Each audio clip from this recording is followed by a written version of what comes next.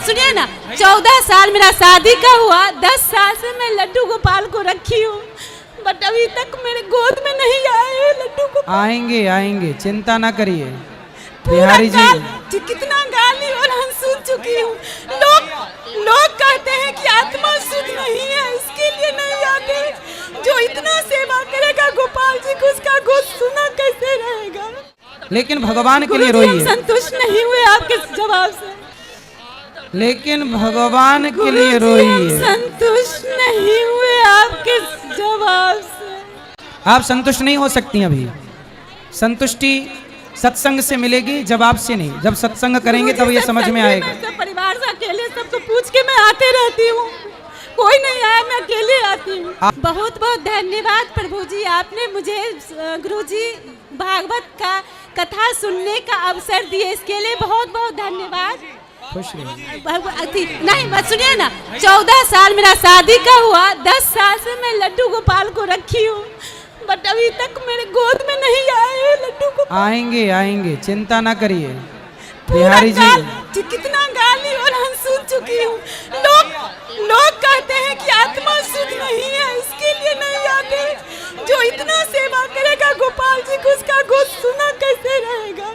भगवान देखो, बेटा बेटी के लिए संसार के लोग रोते हैं, क्या मीराबाई बेटे के लिए रोई?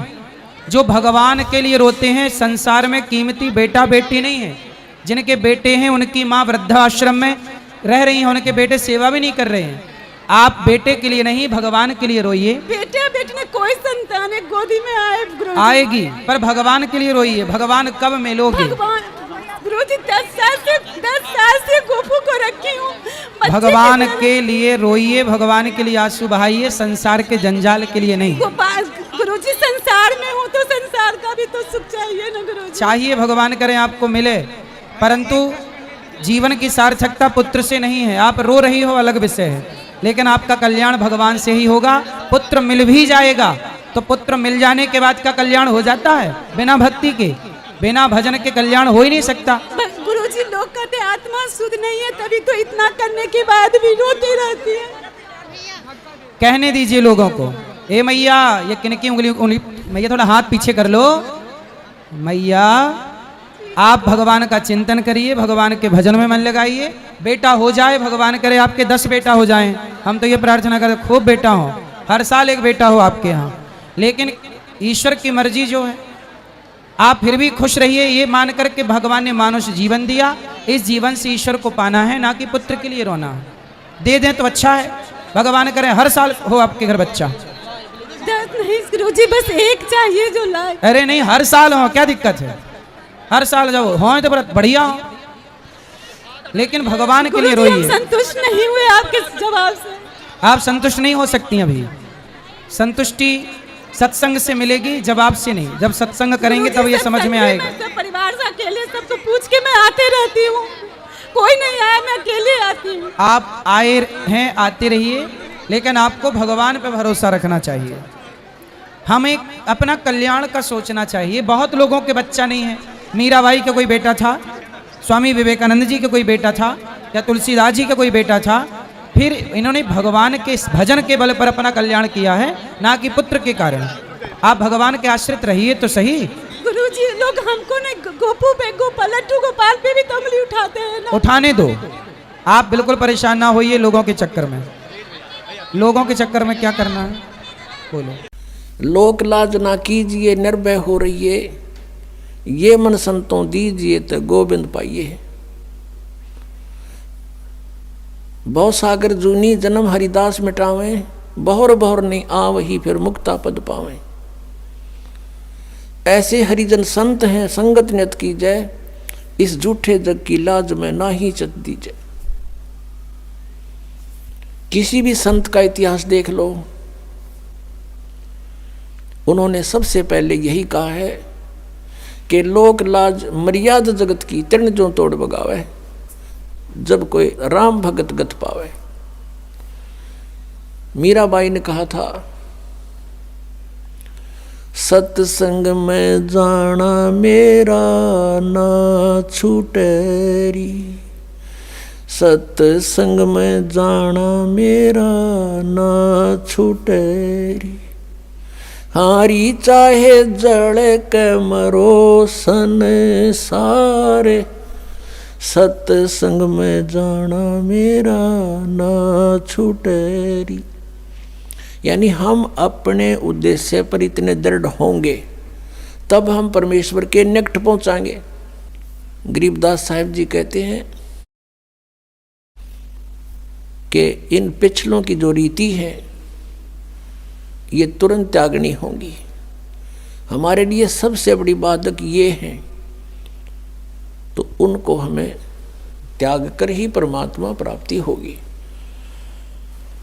तो पुण्यात्माओं, परमेश्वर का पाना बहुत आसान है। काल ने हमें इतना उलझा दिया, जैसे भी किसी के संतान नहीं है उसको ये कहा करते थे कि इसकी तो सुबह दर्शन भी ना होने चाहिए। नो कहा करते जिसका संतान नहीं है कि ले बता सुबह सुबह यूँ लाग गया न पूता माथे के।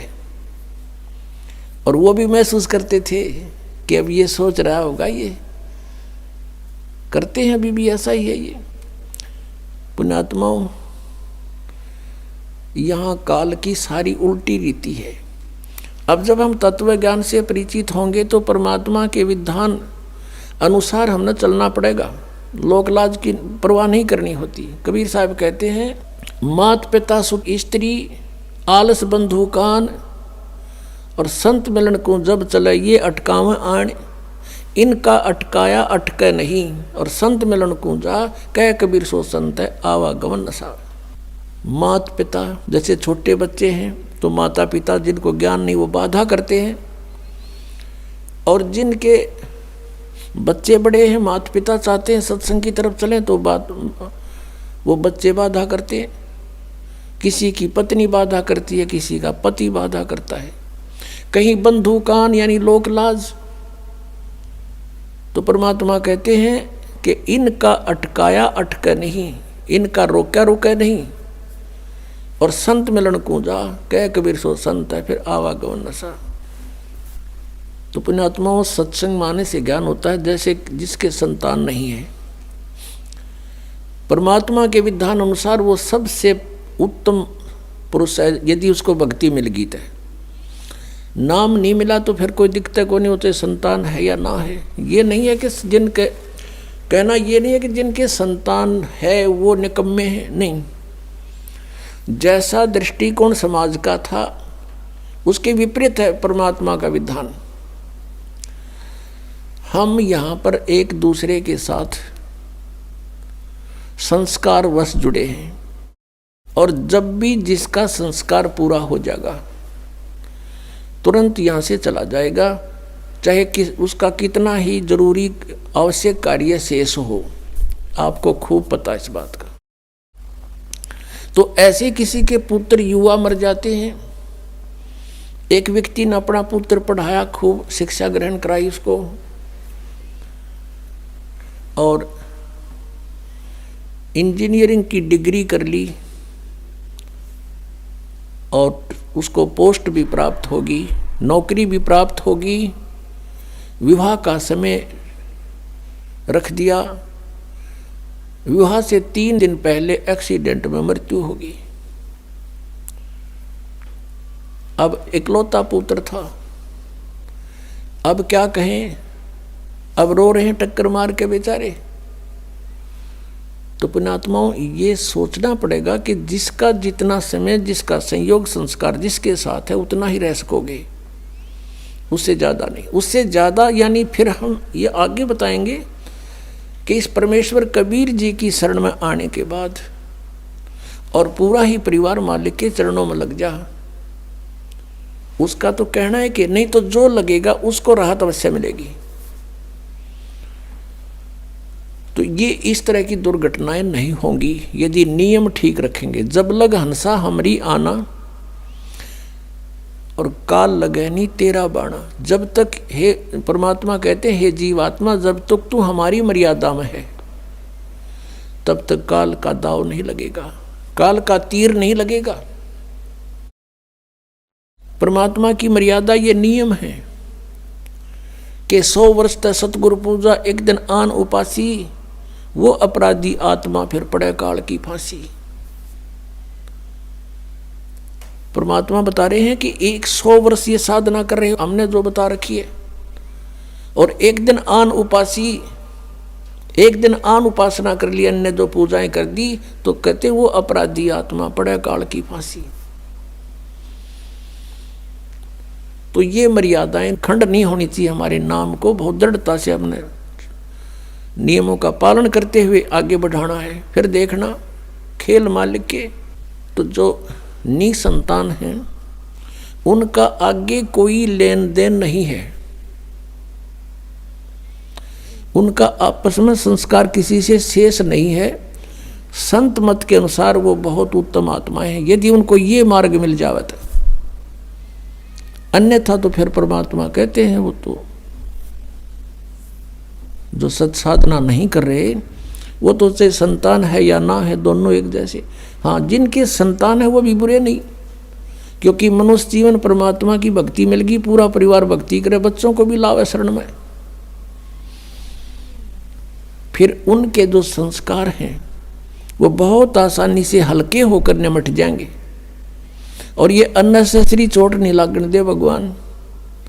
आयु बढ़ा देगा ये परमात्मा, ये समर्थ शक्ति है। और कोई परमात्मा जिनको हम भगवान मानते थे वो हमारी आयु एक्सटेंड नहीं कर सकते। अगर आप ये वीडियो YouTube पर देख रहे हैं तो हमारे चैनल को सब्सक्राइब करें और बेल आइकन को दबाना ना भूलें। अगर आप Facebook पर ये वीडियो देख रहे हैं तो हमारे पेज को लाइक करें।